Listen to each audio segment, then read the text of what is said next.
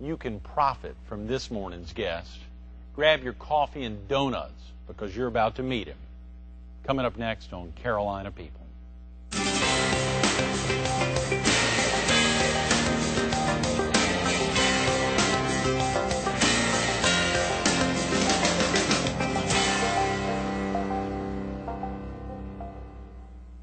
Good morning. Welcome to Carolina People. This morning we're at Graves Pools and Spas on Highway 544 in Socastee between the Intercoastal Waterway and South Carolina 31. We're focused on a local author, and we're visiting with him, Perry Ludy. Good morning, Perry. Great. Thanks for having me on. Thank you so much for coming in this morning. I say you. A local author. You're also the president of Carolina Restaurant Partners and a franchisee of Dunkin' Donuts. Yes, sir. Pretty exciting. Yeah, it keeps me busy. We bought 3 Dunkin' Donuts locations in the Myrtle Beach area.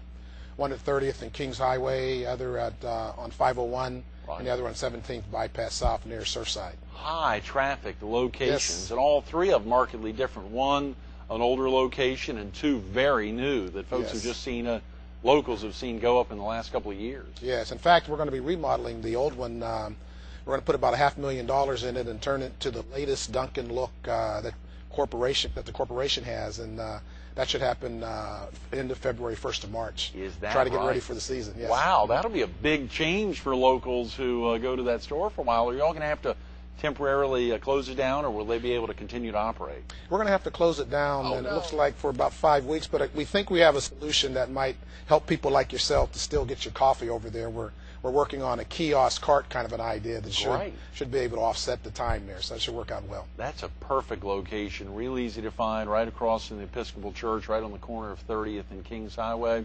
The other location, not far from here, if you travel down Highway 544, got to 17 Bypass South and heading south, right there on the left, it's at a stoplight, or right off of a stoplight as well. Yes, exactly. It's located very nicely next to Blue Cross Blue Shield out there. Right. It's a great location for us, and 501 is a great location there also. Absolutely. Folks like Dunkin' Donuts, we've seen, I think there's a Bonefish Grill on the opposite end of that little cluster. Folks like Bonefish and the Outback family there probably don't show up in locations unless they're going to have a lot of traffic. Exactly. They probably followed in the Dunkin' Donuts mindset. Exactly and, of course, the other one on 501 is real easy to find. Yes, it is. We're fortunate that way. And we're also going to be opening about 3 a year. We're scheduled to open 30 locations in about 5 or 6 years. Oh, come on. Well, that's more than 3 a year. My Lord, yeah. 3 next year, and then we'll start going up from there. Wow. We're going to be by the Hard Rock theme park, literally right by the roller coaster there. We're looking at a site. Is that right? Site in Conway, site in Florence, and then don't let out too many secrets. That's right. Folks will start buying up land. Yeah. That's right. That is exciting, Perry. You said in Conway and in Florence. Yes. That is wonderful, and we'll have that same tremendous brand of coffee that folks are used to, as I'm having my shakes here, and I'm missing that. The operators locally and the folks you have running your 3 locations here now, and I expect over time, are really committed to the customers. Yeah, they really are, and we were lucky in the acquisition that we made to have some great people come along with that. Oh, yeah. And we're doing a lot of upgrading of equipment and cash registers and a lot of marketing. I think people are starting to see billboards around town with Dunkin' on it, because we're just stepping it up, and looking forward to have a great long relationship in the Myrtle Beach and counties throughout South and North Carolina. I've been amazed at folks who get a little DD sticker on the back of their vehicles. Must be addicted. I don't know where they got them. I was behind a truck of some guys who are doing some measuring there near the back gate of the airbase recently, and to see they had a little DD, and I thought, are they with Dunkin' Donuts? They had flashing lights on the top of their vehicle. I thought, those guys are county officials. What are they doing? But yeah, we like to pass them out everywhere we can. Good branding there, right, Perry. exactly. You and Linda and the crew have really done it right. Very exciting. Very exciting. Appreciate that. Real quick about yourself. Are you originally from the area? No, I'm originally from outside of Pittsburgh, a place called New Kensington, Pennsylvania.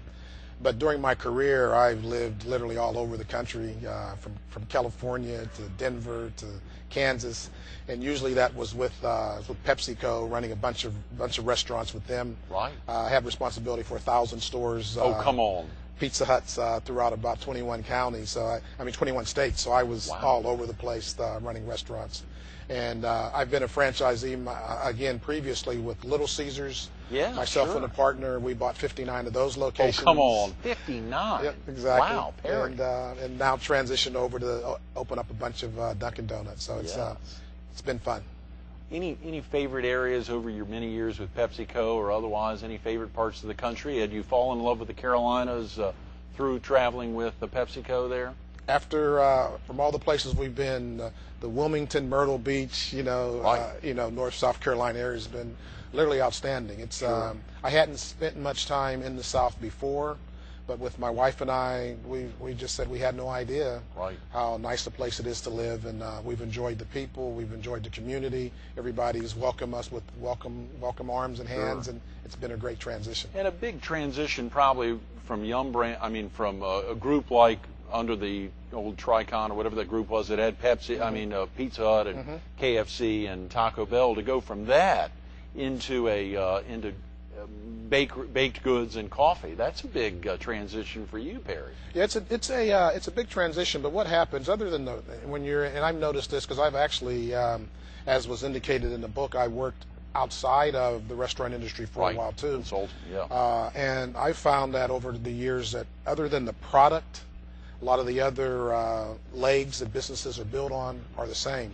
Right. And those buttons you have to push to influence a business or impact the profits of a company, a lot of those skills and techniques are pretty much the same depending on regardless of what the product line is. Right. With that said, the Dunkin' Donuts concept is a lot simpler to run as a restaurant company than Pizza Hut or some of the other chains. And we like to leverage that by being able to recruit top managers that come with us, because they can quickly grasp a business and then also start being very successful in a location like that. And then we're able also to attract other employees that might not be as comfortable in working in a chain that might be a 24-hour operation or that kind of thing. Even though we might keep 30th open 24 hours during the season, there's with all the tourists there, they seem to like either having coffee or donuts or some ice cream, late in the evening. Late at night or very early in the morning, which is kind of late at night for many of those folks. That's exactly right. Well, of course, the book, and obviously you were kind when we met at your 30th Avenue location there to have sent me a copy of your book here, Profit Building, and of course the subtitle there. What is that? Cutting costs without cutting people. Cutting costs without cutting people. Really caught not only me off guard, but as I held it around the Myrtle Beach Herald there for folks to see that, and as they skimmed through it, that idea, what a great subtitle. Where'd that come from, Perry? Was that novel to you? Is that something you picked up earlier in life, or is that something you've always been thinking? It's actually something that came from my career early in life. When I started in career out of college, I went to work for Procter & Gamble. Okay. And I actually started in it's called Human Resources now. Back then it was called Personnel. And so my background as an executive is really built on people skills, people development, really the whole closed loop process and the whole people environment, all the way from interviewing people to promoting people and sometimes, unfortunately, terminating people. But I found in business that corporations and even smaller companies, so large and small, tend to make a real quick knee-jerk reaction when it comes to reducing costs. And I've seen it in a lot of different organizations from a consultative basis and in organizations that I've run, is just that management at all levels really do not have strong skills when it comes to reducing costs. And I know that sounds almost it's almost a opposite of what you'd imagine, opposite kind of a thing, because you figure business, executives, management, profits, building revenues should go hand in hand. But when you really probe one or two steps deep, when you're talking to management people, reducing costs, they start having difficulties with that.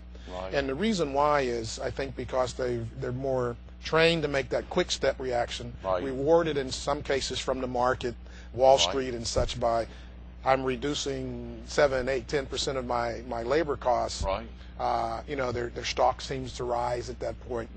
But if you look at it, what happens to that company a year or two later, Right. you'll start really seeing the stories that what happens is that when markets turn back around, the companies that have cut deep into their workforce, sometimes the sales organization, sometimes the customer service organization, when the business reverts or cycles back around, they have to now start hiring people again, ramping back up. And if you were only able to weather that storm a little bit, keep your core people there, then when the market turns back around, you're able to quickly react to a situation and probably garner a bigger share of that market because you're more prepared. Oh, yeah. From that aspect of it. Oh, yeah. Well, the great thing is so many of your examples in the book, and you'll see at times where it goes to italics, where you're giving personal experiences, but also a lot of real-world examples. That was really caught me off guard as I wish I could tell you, and I don't read many books. Actually, I haven't read one in a long time, Perry, but getting through it, at least highlighting certain chapters, chapter 6 in particular, are a great chapter there, but every chapter in there is seeing real-world examples of both experiences you've had as well as anecdotally experiences that folks have shared with you. Exactly. It's very important. Exactly. And that's one of the I think the key aspects of you mentioned chapter 6, which is the chapter on questions brainstorming. Right. It's basically a new way to brainstorm. Oh, yeah. It really teaches management so that they can take their organization through a list of questions, and it's more of able to have the team to come up with questions about particular situations. In regular brainstorming sessions, and we've all been in those, where a group of people come into a room, someone stands up with a chalk pencil at a board or a flip chart, and then one, maybe two people take all the time of the meeting, and their ideas gets up on the board. Right. 5 or 6 other people sit there, don't say much. The ideas that gets on the board becomes the action steps for everyone. In the company. And then the company goes through the process of trying to implement those changes. Right. You can see a lot of flaws in that situation if you thought about it a little bit.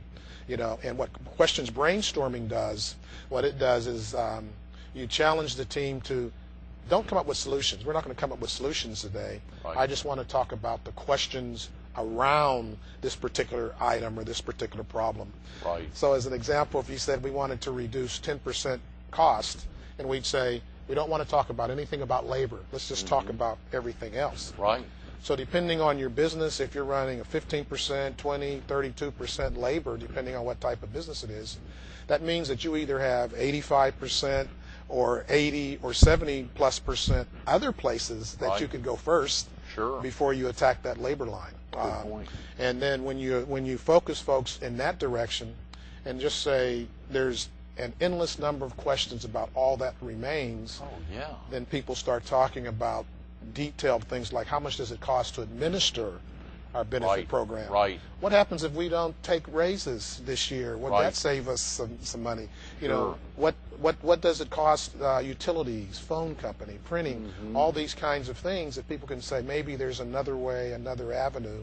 And you can kind of see if the goal was to save 10, you probably could save that or more, without even dealing with the people part of it. Without touching any of the employees. Well, not only those examples, but many, many more that are shared in different parts. And I hate to have jumped into chapter 6 because it kind of broke a 5-step process out of order. And I sure want to open up to that. And exactly, I think there's a PBP, which I'd probably screw up if I tried to get it out. So we want to get it out of you. But for a viewer who may want to track down a copy of your book, if they ever wanted to get a copy, is it if they came into a Dunkin' Donuts, could they ask a manager, how can we get Perry's book, or what's the best way?